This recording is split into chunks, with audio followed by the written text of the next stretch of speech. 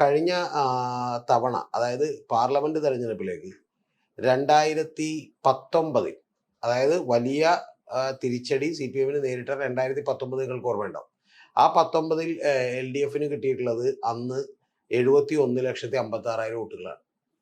അതേസമയം ഈ കഴിഞ്ഞ 2024 ലോക്സഭയിലേക്ക് കിട്ടിയത് 65,90,000 വോട്ടുകളാണ്. എന്ന് പറഞ്ഞാൽ നമുക്കൊരു 66 എന്ന് വേണമെങ്കിൽ കണക്ക് കൂട്ടാം. ഒരു 10,000 വോട്ട് കൂടി ഉണ്ടെങ്കിൽ 66 ആവും. അപ്പോൾ അത്തരം വോട്ടുകളാണ് കിട്ടിയിട്ടുള്ളത്. 66 ലക്ഷം വോട്ടും 71 ലക്ഷം വോട്ടാണ് 2019 2024 കിട്ടിയത്. ലോക്സഭയുടെ പാറ്റേൺ അല്ല, ഞാൻ ആയിക്കോട്ടെ, ഞാൻ പറയണത് എന്താണ്, ലോക്സഭയിൽ CPM അമ്പേ തകർത്തടിച്ചൊരു പാറ്റേൺ ആണല്ലോ. അതവിടെ നിൽക്കട്ടെ, നിങ്ങൾ ചിരക്കൂട്ടണ്ട. എനിക്ക് മനസ്സിലായി ഇത് തെറ്റാണെന്ന് പറയാനുള്ള ഒരു വ്യഗ്രത എല്ലാവർക്കും ഉണ്ടാവും. ഈ താഴെ വീഡിയോ കാണുന്നവർക്കൊക്കെ ഉണ്ടാവും. അതുണ്ടായിക്കോട്ടെ, നല്ല കൈധരിക്കും നമുക്ക്. അപ്പോൾ അത് കഴിഞ്ഞതിന് ശേഷം നമ്മൾ ലോക്കൽ ബോഡി തെരഞ്ഞെടുപ്പിലേക്ക് വരാം. ലോക്കൽ ബോഡി തെരഞ്ഞെടുപ്പിൽ 73.69% ആളുകളാണ് വോട്ട് ചെയ്തത്. അതായത് ഒരു അത്ര ആളുകൾ വോട്ട് ചെയ്തു. ആ ടോട്ടൽ ഇലക്ട്രേറ്റ് 2,84,00,000 അപ്പോൾ അതിൽ നിന്ന് 71% ആളുകൾ വോട്ട് ചെയ്തപ്പോൾ സംഭവിച്ച വോട്ടിംഗ് പാറ്റേൺ എന്താണെന്നറിയാമോ? UDF കിട്ടിയത് 80,72,480 വോട്ടുകളാണ്. 80 ലക്ഷം. അതേസമയം ലോക്കൽ ബോഡിയിൽ LDF കിട്ടിയത് 69,57,600 വോട്ടുകളാണ്. എന്ന് പറഞ്ഞാൽ കഴിഞ്ഞ 2024 ലോക്സഭയിൽ 66 ലക്ഷം കിട്ടിയതിൽ നിന്ന് ഏതാണ്ട് ഒരു 70 ലക്ഷത്തിലേക്ക് ലോക്കൽ ബോഡി ആയപ്പോൾ CPM വോട്ട് വർദ്ധിച്ചു. അതിനുശേഷം പക്ഷെ രണ്ടിലും തകർന്ന് തരിപ്പണമാണ് ചെയ്തത്.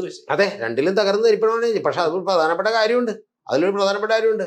ഈ ആന്റി ഇൻകുംബൻസി വർക്ക് ചെയ്തു, അല്ലെങ്കിൽ ഏറ്റവും വലിയ തിരിച്ചടി തദ്ദേശ സ്വയംഭരണ തെരഞ്ഞെടുപ്പിൽ നേരിട്ടു എന്ന് പറയുന്ന സമയത്ത് പാർലമെന്റിൽ കിട്ടിയതിനേക്കാൾ വോട്ടുകൾ കൂടുതൽ കിട്ടി. അവർക്ക് 4 ലക്ഷത്തോളം വോട്ടുകൾ കൂടുതൽ കിട്ടി. ഏതാണ്ട് 70 ലക്ഷത്തോളം വോട്ടുകൾ.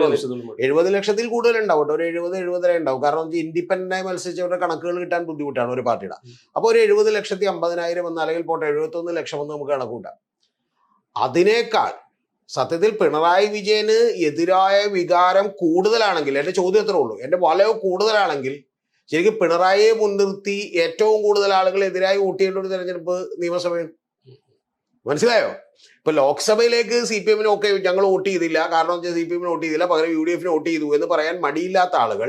അതേപോലെ തന്നെ നിങ്ങൾ അറിയേണ്ടത് ഈ പറയുന്ന ലോക്കൽ ബോഡിയിൽ നിന്നാണ് തൊട്ടടുത്ത് നിൽക്കുന്ന, അതായത് ലോക്കൽ ബോഡിയിലുള്ള ആളുകൾക്ക് എതിരായിട്ടുള്ള ആളുകൾ, അവരോട് തീർച്ചയായിട്ടും വോട്ട് ചെയ്യാതിരുന്ന ജനം, അതായത് ഒരു 9 ലക്ഷത്തോളം കൂടുതൽ ആളുകൾ എവിടെ വോട്ട് ചെയ്തു? ഈ പറയുന്ന 10 ലക്ഷത്തോളം ആളുകൾ കൂടുതലായിട്ട് ഈ നിയമസഭാ തെരഞ്ഞെടുപ്പിൽ CPM വോട്ട് ചെയ്തു, ഈ തകർച്ചയിലും എന്നുള്ളത് നമ്മൾ കാണണം.